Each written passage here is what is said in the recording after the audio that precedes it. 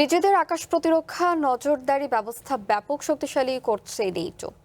একই সাথে ট্রাম্প প্রশাসনের চাপের মুখে ইউরোপের প্রতিরক্ষা বড় অঙ্কের বিনিয়োগের ঘোষণা দিয়েছে পশ্চিমী সামরিক জোটটি। তুর্কির রাজধানী আঙ্কারা শীর্ষ সম্মেলনের আগে এক ডিফেন্স ফোরামে নেটোর মহাসচিব মার্ক রুটা একটি ট্রান্স আটলান্টিক প্রতিরক্ষা শিল্প বিপ্লবের ডাক দিয়েছেন। ইতালি নানা জল্পনা কল্পনার মাঝে মঙ্গলবার তুর্কির রাজধানী আঙ্কারায় শুরু হয়েছে নেটো শীর্ষ সম্মেলন। প্রথম দিন জোটের নেতাদের পাশাপাশি বিভিন্ন প্রতিরক্ষা সরঞ্জাম উৎপাদনকারী প্রতিষ্ঠানের কর্মকর্তারা অংশ নিয়েছেন ডিফেন্স ইন্ডাস্ট্রি ফোরামে। সেই ফোরামেই কয়েক বিলিয়ন ডলারের অস্ত্র চুক্তির ঘোষণা দিয়ে নেটো নেতারা স্পষ্ট বার্তা দিলেন, ইউরোপ নিজেদের প্রতিরক্ষায় বাড়তি বিনিয়োগ করতে প্রস্তুত। নেটো মহাসচিব মার্ক রুটা প্রতিরক্ষা প্রতিষ্ঠানগুলোকে আরও ঝুঁকি নিয়ে বিনিয়োগের আহ্বান জানিয়ে বলেন, যেহেতু চাহিদা বেড়েছে তাই তাদের ঝুঁকি নেওয়ার সাহস থাকা উচিত। নির্মাণে number 1 Shah cement. We need a transatlantic defense industrial revolution. গত এক বছরে প্রতিরক্ষা শিল্প খাতে নেটো প্রায় $3,700 কোটি বিনিয়োগ করেছে।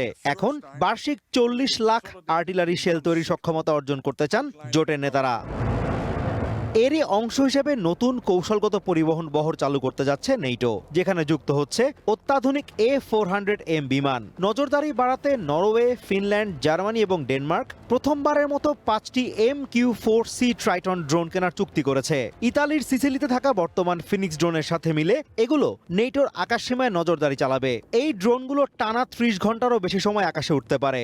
Today, several allies are officially announcing the forthcoming delivery of the 10th Airbus 330 MRTT aircraft. সবচেয়ে বড় চমক হিসেবে পুরনো অ্যাওয়াক্স বিমানের বদলে 10টি সাব গ্লোবালাই নজরদারি বিমান কেনার ঘোষণা দিয়েছেন মার্ক রুটা।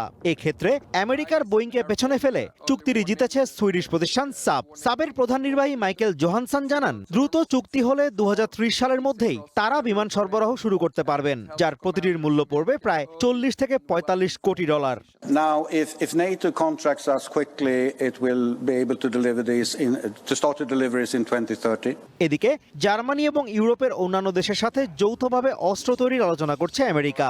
রেইথিয়নের AIM-120 অ্যামরাম ক্ষেপণাস্ত্র এবং লকহিডের PAC-3 প্যাট্রিয়ট ক্ষেপণাস্ত্রের রক্ষণাবেক্ষণ কেন্দ্র তৈরি করা হতে পারে এই আলোচনা সফল হলে।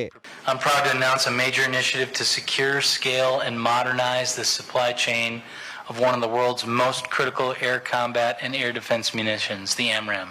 এর মধ্যেই আঙ্কারায় পৌঁছেছেন প্রেসিডেন্ট ডোনাল্ড ট্রাম্প। তাকে বহনকারী বিমান আঙ্কারায় অবতরণ করলে স্বাগত জানান তুর্কির প্রেসিডেন্ট রিসেপ তাইয়েপ এরদোয়ান। এর আগে ইউরোপিয়ান কমিশনের president Ursula von der Leyen সহ ইউরোপের অন্য নেতারা আঙ্কারায় পৌঁছালে তাদেরকেও স্বাগত জানানো হয়। Azimur Rashid Kanak, one international desk.